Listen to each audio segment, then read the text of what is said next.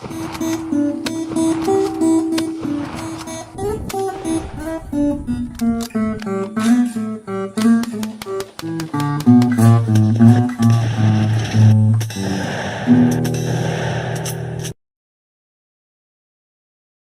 there, people of the internet. So normally whenever I come out here, I'm like, hey, let's talk about a discussion I had with XYZ person, right? Well, in this particular case, it wasn't a discussion that I was having with somebody. As a matter of fact, I guess you could call it eavesdropping. I was listening in on a conversation that was going on between two elderly gentlemen. And this was down at my local gun store, and they were talking about how everything was no longer made of wood and steel, and how a lot of your modern stuff is made with plastic. Not all of it, but a good portion of it. And they were talking about how they didn't like it. They're definitely more traditionalists. Now, I figured I'd go ahead and I'd make myself a little video talking about this topic. So, of course, your modern firearms, a lot of the modern firearms that are still being made to this day are going to be made with the classic wood and steel. If you are more of a traditionalist, you can still get yourself modern firearms that has wood and steel on it. You know, definitely traditional style of rifle. This right here is my TOZ 122 or TO3 122. They're known as, well, same rifle, two different designations. This one right here was made in the Tula arsenal over there in Russia. Very nice little firearm, and as you can see, it's got a wood stock on it, and it is very much a traditional style of hunting rifle. However, it's very heavy, very bulky, very clunky. The carving process of the wood is it's not exactly the easiest in terms of a manufacturing standpoint. Whenever the wood gets wet, it can swell. You have to definitely maintain the wood. You gotta make sure that it's not exposed to the elements. There's just a lot of factors that comes into making sure that the wood is not going to be detrimental to your accuracy. If the wood swells, it could press up on the barrel, completely change your point of aim, or the wood might, you know, start to potentially dry and crack. And I mean, there's a lot of things that can go wrong with a wood stock rifle, but I mean, we've been doing this for hundreds of years, and wood was, you know, the best thing that we've had for a very, very, very long time to make a rifle out of. During that time period, it was a lot easier to carve out of, you know, carve a stock out of wood, as opposed to having to like forge one out of metal, because plastic just didn't exist at the time. However, nowadays with modern manufacturing, we very much are capable of having plastic stocks. This right here is a 270 Winchester. This is a model I can't remember. A Model 70, 270 Winchester. But as you can see, this is definitely a synthetic stock. This one is just a black polymer stock. A lot of your modern rifles are going to have some sort of synthetic stock on them, as opposed to the traditional wood stock.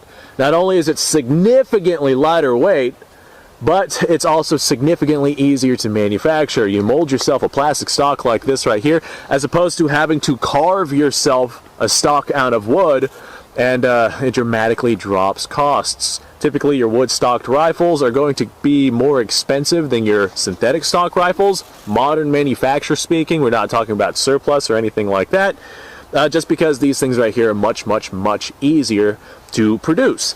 Now, on top of that, you don't have to worry about a lot of the things that you would have to worry about with a plastic stock that you would with a wood stock. Plastic stock's not going to swell. It's not going to care if you get water on it. It's not going to, you know, bake in the sun. In the next, I don't know, 50 years or so, it might dry to the point to where it starts getting brittle and cracking. You might have to replace your stock, or I mean your grandchildren might have to replace the stock on grandpa's old hunting rifle, whereas the wood, if taken care of, will last probably longer than the plastic here. I cannot guarantee that. This is me just talking out of my ass here, because I mean, it's not the future. But I do know that plastic over time gets brittle, especially if it's in an environment like here in Florida. I mean, maybe if it's, you know, kept inside of a safe for, you know, the next 500 years, it might last through that. But it might get brittle, you know, in the next century or so, to the point to where the stock starts cracking and you start showing some issues. Wood will get like that whenever it dries, but wood can also last a very long time. I imagine that with proper maintenance and care, this could also last a very long time. But you don't have the issues that you have with wood, with plastic. It just doesn't swell. It's not prone to drying out the way that wood is. there's just a lot less issues with something like this. And it's lighter weight, it's easier to manufacture. There's a lot of reasons behind why most of your modern hunting rifles, or your modern sporting rifles I should say, not everybody uses these rifles for hunting, but most of your modern rifles, or modern sporting rifles, are going to have some sort of plastic synthetic setup on it. Now, it's not just bolt action hunting style rifles. A lot of times you will see your modern sporting rifles, particularly used for like defensive purposes and whatnot, these will also be lacking in the wood department and have a lot of plastic on them. So, of course, you can get yourself like a traditional style AK, which does have some wood on it, and that makes people a little bit more comfortable seeing wood on the gun. You get yourself something like this, and people tend to be a little more on the scared side, but this right here is just much easier to manufacture than carving out some wood. Now that the AK has a lot of wood on it to begin with, it definitely is not that difficult to carve out the necessary wood for an AK in comparison to the very particular tolerances that you would need to carve out for a whole stock on a rifle such as this right here, especially a one-piece stock like this. Now, if you like one thing over the other, then you go ahead and you get whatever it is that you're wanting to get. I am a military surplus guy, and my military surplus rifles are all like wood and steel. So there's not a whole lot of military surplus out there that is a polymer stock on it. Just saying. So a lot of my stuff is in fact wood and steel, and whenever I say military stuff, I'm talking like old school military surplus. This is my trapdoor. I just so happen to have this out here, so I figured this will be what I show off to represent that. Like, it's all just wood and steel because the military surplus that I buy was before we really started to indulge ourselves with plastic manufacturing. But if you want to get yourself modern but traditional rifles, they definitely do still exist out there. You can absolutely pick yourself up a wood stock rifle. Probably going to be quite a deal more expensive than just a synthetic stock rifle, but hey, it absolutely is possible. Now, that being said, I mean, they're going to do the same thing. You're still going to have a bolt action rifle that sends lead down range. Oh man, I forgot how much this rifle kicked. This is in 308 here. Oh, 308 is a monster cartridge. Somebody's going to go in there and they're like, wait till you shoot a 458 Casull. You know who I'm talking about. But you can absolutely get yourself like a woodstock rifle nowadays if you feel like doing it, a modern manufactured woodstock rifle. Or you can get yourself a synthetic stock rifle because those are much, much more common. Like I said, they're both going to do the same thing. You're going to be able to, you know, aim down range, cycle, fire. It's a freaking bolt action rifle.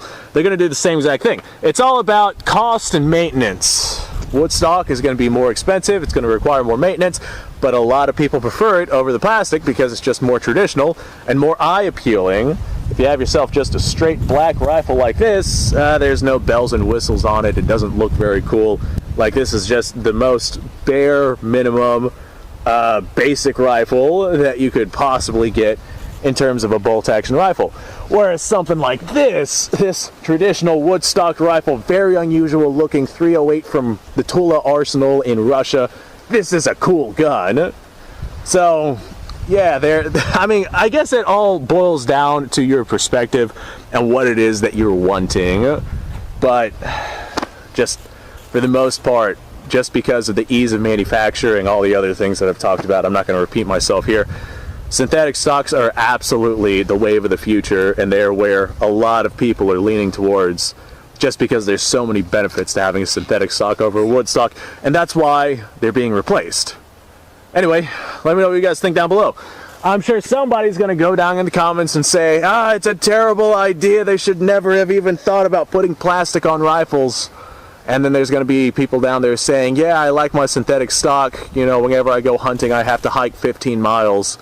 And having a heavy wood stock rifle is not a very good option. Now, if you do get yourself a lightweight synthetic rifle, like this one right here, this is incredibly lightweight. And it's chambered in a cartridge that is heavier than 270. They do make like compensators for threaded barrels, and they make like heavy rubber butt pads to help absorb the recoil, because a lightweight rifle with a heavy cartridge is gonna kick pretty hard. So that's one of the downsides of having a lightweight rifle with a synthetic stock. They tend to kick pretty hard. Now the 270 out of this rifle right here, really not that bad at all, especially since it does have a butt pad on it that is quite squishy and comfortable, and it really does help with the recoil. But 270 is not exactly a harsh recoiling round anyway. 308 definitely kicks a lot harder out of my wood stock rifle, despite the fact that the wood stock rifle is heavier. Anyway, like I said, I was trying to close out this video and I kept freaking flopping my lips here. Thanks for watching, folks. Appreciate your time. Like, subscribe, share. Description down below has a link to all sorts of stuff, including Utreon and Patreon. If you feel like helping out the channel and the content creation financially, I'd be able to do a lot more if I had some more support. That being said, you guys go off, have yourself a fantastic day, and I will see you on the next video.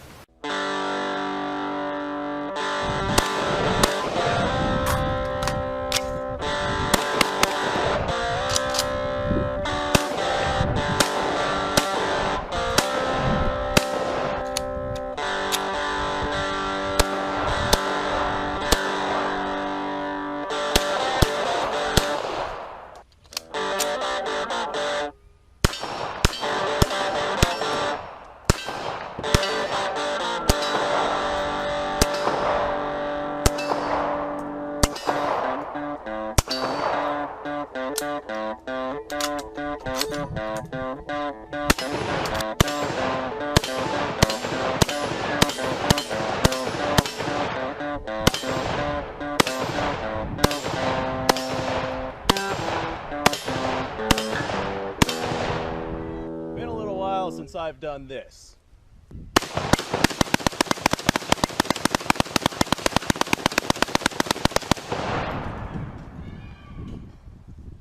Bonnie and Clyde be damned.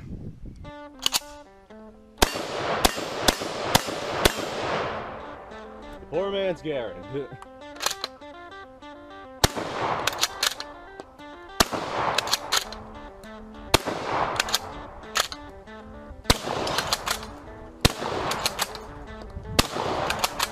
It's a shame that bolt action shotguns aren't more mainstream.